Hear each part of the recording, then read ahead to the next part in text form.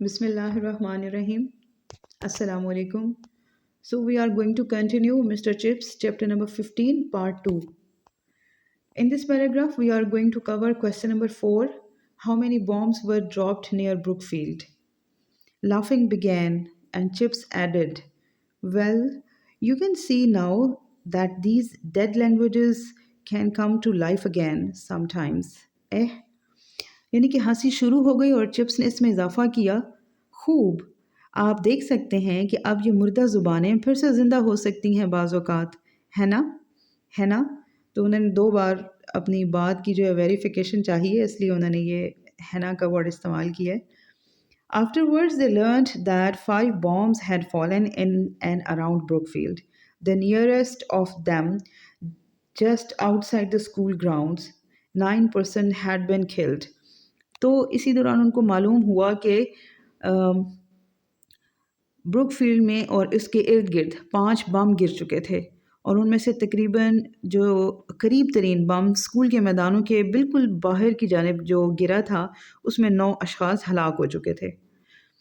The story was told, retold, embellished. ये कहानी जो थी बताई गई, बार बार बताई गई, और एम्बेलिश्ड का मतलब है एग्जैजरेटेड फॉर्म में, इंक्रीज, ओवर स्टेटमेंट, बढ़ा चढ़ा कर बताई गई, मुबालगा आराई से बताई गई।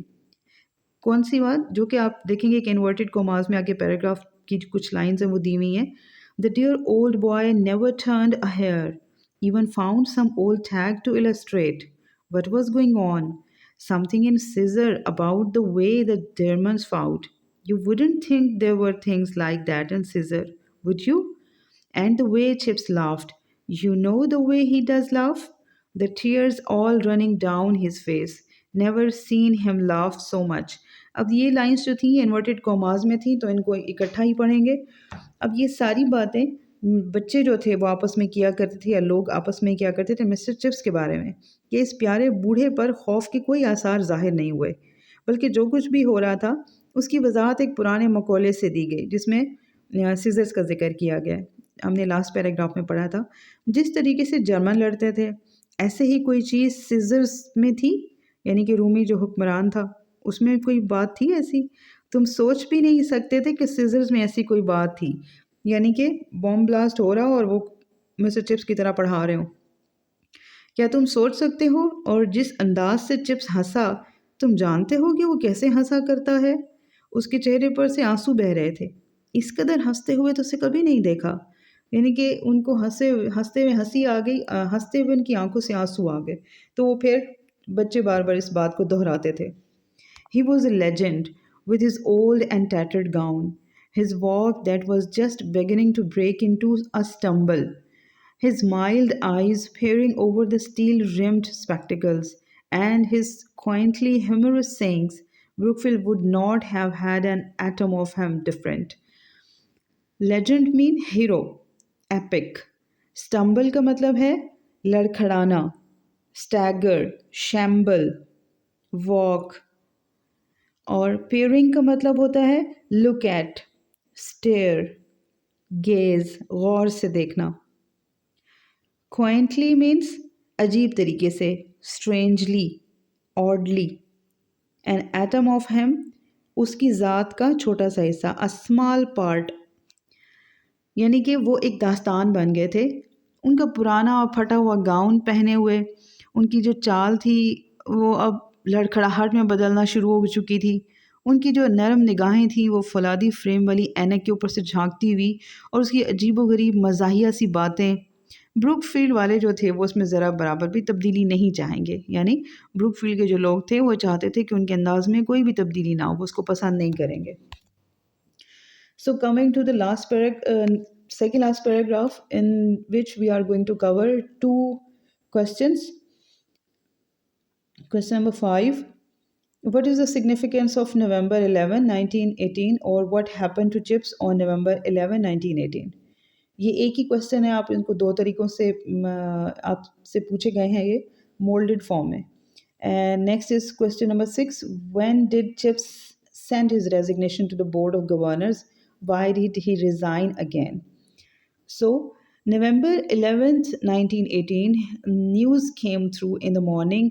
A whole holiday was decreed for, for the school, and the kitchen staff were implored to provide as cheerful spread as what time rationing permitted. तो इसमें डिक्रीड का मतलब होता है ऑर्डर, हुक्म. इम्प्लोर्ड मीन रिक्वेस्ट, besieged, इल्तजा. Cheerful spread का मतलब है डेली केसेस यानी कि खुशकुन खाने. And rationing means schedule food, राशन. सुबह सवेरे क्या हुआ, 11 नवंबर 1918 को सुबह सवेरे जंग ख़त्म होने की खबर आ गई और स्कूल में सारे दिन की छुट्टी का हुक्म का ऐलान हो गया.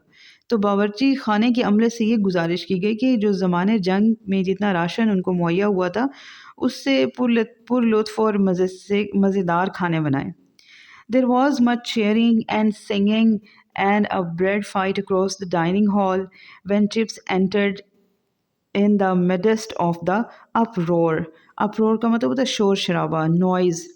There was an instant hush के बिल्कुल instant का मतलब होता है फौरी तौर पे. Hush mean खामोशी, immediate silence. यहाँ वो फौरी खामोशी हो गई. And then wave upon wave of cheering, और फिर तालियों की गूंज पर गूंज, continuous clapping. Everyone gazed on him with eager, और हर कोई उसको बड़ी खुशी से देख रहा था. Shining eyes as on a symbol of victory, उनकी वो चमकदार आँखें जैसे कि एक विक्ट्री की अलामत होती है. He walk to the dais, वो डाइस की तरफ आए. Seeming as if you wish to speak, ऐसे लगता था जैसे वो कुछ बोलना चाहते हैं. They made silence for him, और उन बाकी बच्चों ने उनके लिए खामोशी इख्तियार की. But he shook his head after a moment, smiled and walked away again, और फिर वो एक लम्हे के लिए उन्होंने अपने सर को जुम्बिश दी, मुस्कुराए और फिर वो चलते हुए बाहर चले गए. It had been a damp foggy day, and the walk across the quadrangle to the dining hall had given him a chill. डैम्प का मतलब होता है ड्रेंच्ड, वेट, ह्यूमिड, भीगा हुआ, नमी वाला मौसम. फॉगी डे, मिस्टी, क्लाउडी, धुंध ज़्यादा. And the walk across the quadrangle का मतलब है square building. Quadrangle square building को कहते हैं मुरब्बानुमा इमारत. To the dining hall had given him a chill. Chill का मतलब है कोल्ड, कोल्डनेस. तो ये जो धुंध वाला दिन था तो उसमें वो चकोर इमारत से उसमें डाइनिंग हॉल की तरफ जब आए तो उस दौरान में उनको सर्दी लग गई. The next day he was in bed with bronchitis. तो नेक्स्ट डे अगले दिन उनको एक जो दमे की जो सांस की उनको बीमारी हो जाती थी गला ख़राब होने की वजह से, तो उनको ब्रोंकाइटिस हो गया. And stayed there till after Christmas, और फिर उनको घर पे ही रहना पड़ा क्रिसमस तक, क्रिसमस के बाद तक. But already on night of November 11th, after his visit to the dining hall, he had sent in his resignation to the Board of Governors. तो अब इस क्वेश्चन का आंसर हमें यहीं पे मिल गया कि उन्होंने अपने क्वेश्चन उन्होंने अपना जो रेजिग्नेशन है वो 11th नवंबर को ही बोर्ड ऑफ गवर्नर्स को भेज दिया था. When school reassembled after the holidays, he was back at Mrs. Wickett's. और जब जो रीअसेंबल का मतलब है रीस्टार्ट होना, दोबारा से ओपन हुए थे जब स्कूल, तो वो दोबारा मिसेस विकेट के यहाँ ही रहे थे. At his own request there were no more farewells और presentations, nothing but a handshake with his successor, and the word acting crossed out on official stationery. The duration was over. और जब छुट्टियों के बाद school दोबारा खुला तो वो मिसेस विकेट के पास ही थे, और उसकी अपनी दरख्वास्त पर अलविदाई पार्टियां जो थीं और जो तहाइफ थे वो ना दिए गए, जिस तरह पिछली पार्टी में इनको दिए गए थे तो इस दफ़ा उनको ना दिए गए. और मज़ीद कुछ भी नहीं हुआ. अपने सक्सेसर यानी कि जानशीन से उन्होंने शेक हैंड यानी कि मुसाफा किया, हाथ मिलाया, और जो उनकी ऑफिशियल स्टेशनरी थी यानी कि दफ्तरी जो उनके कागजात पे थे उसके ऊपर एक्टिंग का जो वर्ड था कायम मकाम का उसको कट कर दिया गया, और अब उनका जो ड्यूरेशन था यानी कि उनकी मुद्दत जो थी वो अब पूरी हो चुकी थी. आई होप आपको चैप्टर क्लियर हो गया होगा, और उनके क्वेश्चंस भी साथ ऊपर दिए हुए हैं. मज़ीद इनको डिस्क्रिप्शन बॉक्स में भी मैं लिख दूँगी, तो अगर आपको कोई बात समझ में नहीं आती तो आप मुझे कमेंट कर सकते हैं. Thank you so much.